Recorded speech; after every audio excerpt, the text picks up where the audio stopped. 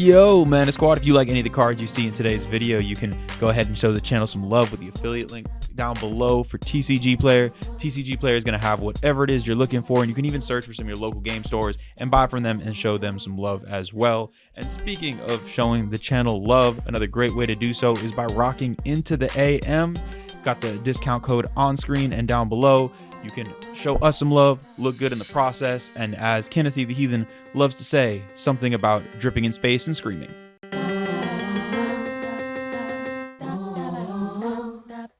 Yo! Welcome back to One More Mana. My name is Derik, and today we're getting into the top 5 most bruh-worthy cards from Fallout. I've really enjoyed a lot of the Universes Beyond stuff. We've done a few different videos talking about it, and honestly, I think I've enjoyed it a lot more than I thought I would at first. But I will say, I think Fallout is the one that I am the most, I guess, invested in the lore. I love the Transformers one because as a child, I was so into Transformers growing up. But I think of things that I've actually know about the lore, or have spent time in, or have actually cared about before it came to Magic. Fallout has to be right up there, if not number one, as far as the one I was most excited about. Played so much Fallout 3, so much Fallout 4. I gotten into New Vegas recently, and even dabbled in even some of the OG Fallout games, and watched way too many lore videos. I've just always really enjoyed it's a really dark subject, but the way they do this weird cartoony version of it almost makes it creepier in a way. And Fallout games have been some of my favorite. Obviously, it's that very much that Bethesda type thing of just there's sort of a story you care about, but mostly you're just gonna wander and let the world tell its own stories. Skyrim is famous as a game that's been re-released 75 times over at this point 15 years or whatever it is for just letting you explore and create your own story. And I feel like Fallout does such a good job of that. I remember especially playing Fallout 4 relatively recently compared to the others. Just everywhere you found, there was a story told, and it wasn't in your face. It was very much you find diary entries, or you find relics on the floor. You find all of these things that, to me, it's the ultimate eerie, spooky, but fun experience. And it's just, if you haven't played a Fallout game before, I feel like this might be the entry point for a lot of people. Or if you're just someone, I know so many friends who are replaying Fallout New Vegas right now, hop on board with that too. But before I ramble too much more about Fallout, let's see what cards in these decks are making me say bruh. And this was interesting. Again, these are just commander decks being released. It's not a full set, so a little bit less to pick from, but regardless, there are plenty of things that are making me feel some type of way and making me go on absolutely unhinged rants to my cat and girlfriend at various points of the day. So we're going to start with number 5, the number 5 most bruh worthy card. And instead, I'm already cheating. We're going to do two cards at number 5, kind of for similar reasons, and kind of just tying into my whole intro soliloquy for Fallout. And it's going to be both Casualties of War and Nuclear Fallout. And now I am aware Casualties of War, I'm pretty sure that is a reprint, so that's not a new card. But the art for Casualties of War and then the art for Nuclear Fallout, I think, are my two favorite pieces of art from these decks. To me, it embodies everything that I found eerie, creepy, and yet in a weird way charming about the whole Fallout scene and the whole aesthetic of it. It just, to me, it tells the full story, whether it's Casualties of War, finding these bodies in these random places that are almost frozen at a point in time of when basically the world ended. There's something just spooky about that. And then with Nuclear Fallout, having almost that mixed with the almost comedy of the fact that our heads being served on plates. There's the dude's not having a head, it's in front of him. It has that cartoony glow to it. It is just, it's perfect. But I'm not just going to gush about art this whole time, because I could go on for a while. Nuclear Fallout, specifically it being a new card, is just such a cool mechanic and cool card. It's the perfect mix of flavor and function.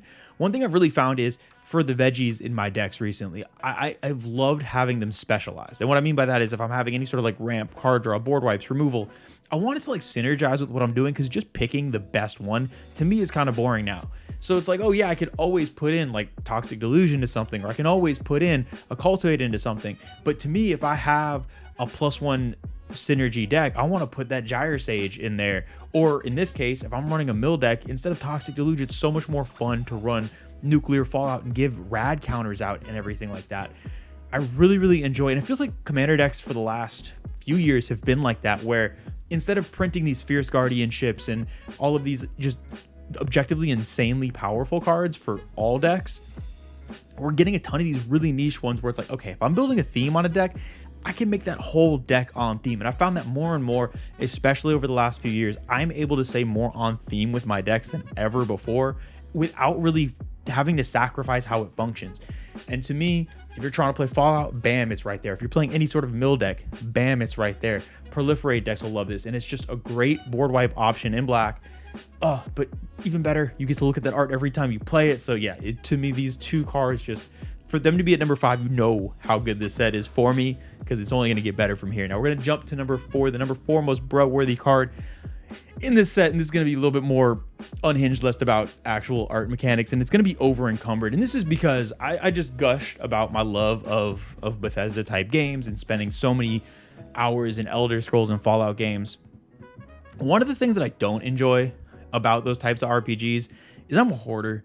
I hoard everything. I'm very OCD in like everything I do. So if I see an item somewhere, in my brain is yelling at me that, okay, you're going to need that at some point. See that book that has a random title that clearly isn't important, that you've already read from cover to cover? Yeah, you're going to want to put that somewhere. Or that like tin can, just a random tin can, no actual use to it.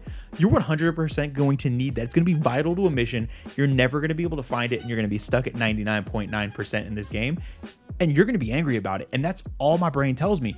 And so over encumbered speaks to me, because 90% of my time, as much as I love these games, is basically spent sitting there having an existential crisis of like, what completely useless, meaningless item do I drop so that I'm not stuck being unable to move? And like, the card's not even that great, to be honest. It's like a weird, bad propaganda-esque effect, but the like psychological damage it'll do to me if you play over encumbered on me in a game of Commander, I feel like it's just we're gonna bring like Pokemon rules into it. That is just super effective. It's gonna work great. So yeah, use it against me, because it speaks to me. And doesn't mean I'm gonna change it all. Like, obviously, no, I don't learn from my mistakes. What kind of monster am I? I'm gonna fire up Fallout New Vegas after this and just continue to pick up every item I see. Every time I play and go back and do a replay of Skyrim, I will pick up everything I see and I will live with the consequences. Then at number 3, we have Radstorm. It just feels like there's like secret challenge in card design now where there's trying to be more words on each subsequent card than there's ever been on a card before. We got to double-sided cards, so there's extra room on cards. I'm still waiting for like the unfoldable cards so we can get extra paragraphs fit in. And to me, there is something beautiful about a card that essentially has 2 words. It just storm, proliferate. It is, I know there's a card that I think just has Cascade. I just love the fact of just, here's a keyword on a card, go do what you will with it. And this one is just so perfect, because in this deck, obviously the proliferate matters. Storm is broken on anything.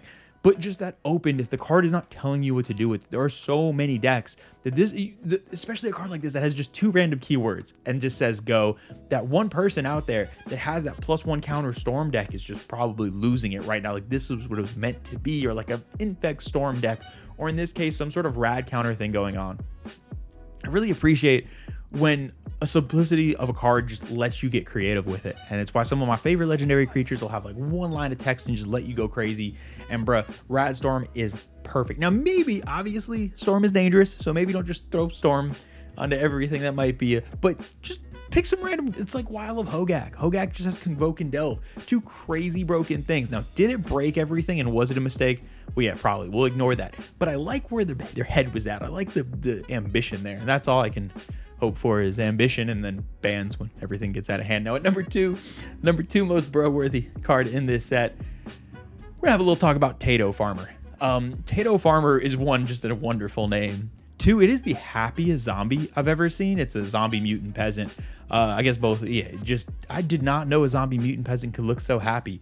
Now this is a layered card. It's like poetry, because if you look at it, the zombie is both a zombie and a mutant. It has many layers to it, which is, it's deeper. It's not just a zombie, and it's not just a mutant. It's bam. Just like a tomato is not just a fruit, but it's also a vegetable. And this is what I'm here to say, bruh, about why is it both? Because I'm still trying to figure this out. I've been told my whole life growing up, I thought tomatoes were vegetables, because I was just always like, yo, if I eat pizza sauce or pasta sauce, I'm basically eating veggies. That's just was always like a thing I could tell myself.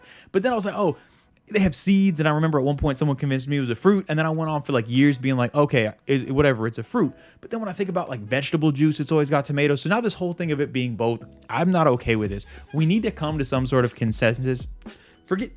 Not everybody, Magic community, let's get together. Let's figure out if a tomato is a fruit or a vegetable. At least if we can just get our own little hub of nerds together to agree on this, maybe it'll be a start. But I'm just not okay with it being both. Now, am I okay with the potato farmer being a zombie and a mutant? Yeah, dude looks happy as shit. I'm not going to get in the way of that. But let's figure out this tomato thing before we move any further. Now, at number one, the number one most bruh-worthy card in this set is, again, me cheating, because it's a whole bunch of cards. It's all the vaults. Bro, these vaults get me so excited. So I talked about my prior rant of looking at things in the Fallout universe and what I'm playing, and I left this out because I wanted to talk about it now. By far the coolest thing to me in Fallout are the vaults. Coming across a vault, stumbling across it, and then trying to solve the puzzle of like what messed up stuff happened there, trying to figure out, oh, was it like experimentation on people? Oh, was like, how did everyone get killed out? What group took over? And there's one in particular, I love Vault 12, the Necropolis. I believe this is from one of the first two Fallout games. I can't remember which one. But the whole kind of story to the Vault 12 was that it was an experiment to see kind of what the effects of radiation would be, because the door was meant not to close properly or not close all the way. So essentially everyone was just getting completely irradiated as shit once like everything happened. And so it turned into this like essentially like tomb of like zombie mutants, and then there was this whole like basically city of the dead in there. And what makes it so cool in Magic terms is that sagas do the perfect job of kind of laying out the story of these vaults. I know there's another vault that I'll put up on the screen, I forgot the number, where essentially they were doing experiments, and where it steals a non-human creature, you turn it into a mutant, draw cards equal to its power, and it's literally just turning things into mutants and studying them and getting the knowledge with the card draw. The vaults, I think, of all the cool, flavorful things in this Fallout set, I think the vaults are my favorite use of Magic, and just because that's my favorite part of the game. Nothing was like spending an hour wandering a vault, finding random items, finding journal entries, or whatever it is that you're finding to get that info, like what happened, and then wasting the rest of my night on watching YouTube videos about the lore and everything like that in there. It is my favorite part of Fallout, and to get them on cards, yeah, if there's any way to like force these into a specifically Vault Saga deck, there's not a ton of them, but it's something I want to do anyway. Bruh, it is perfection, and it's why I've really come around on a lot of these just amazing uses of Universes Beyond Things. This Fallout stuff is wonderful. That is going to wrap it up for this week's video. I hope y'all enjoyed it. I was slightly less unhinged than usual, and I think that speaks for how wonderful Fallout is and how much I just love Fallout in general. These decks seem super, super fun. We should have a stream coming up in the near future once we get our hands on all this to just have a Fallout off with the Mana Squad all beating each other up with mutants. We're going to come up with some weird rules to add in because we can't do things normal. We'll get some more information out about that soon. But let me know in the comments below, what cards from Fallout made you say, bro? Which cards are you most excited to get your hands on? And are you also someone who just picks up everything in a game and hopes for the best and forgets that weight limits exist? Because honestly, if you're not doing that, I don't think I trust you. Until next time, I'll see y'all later.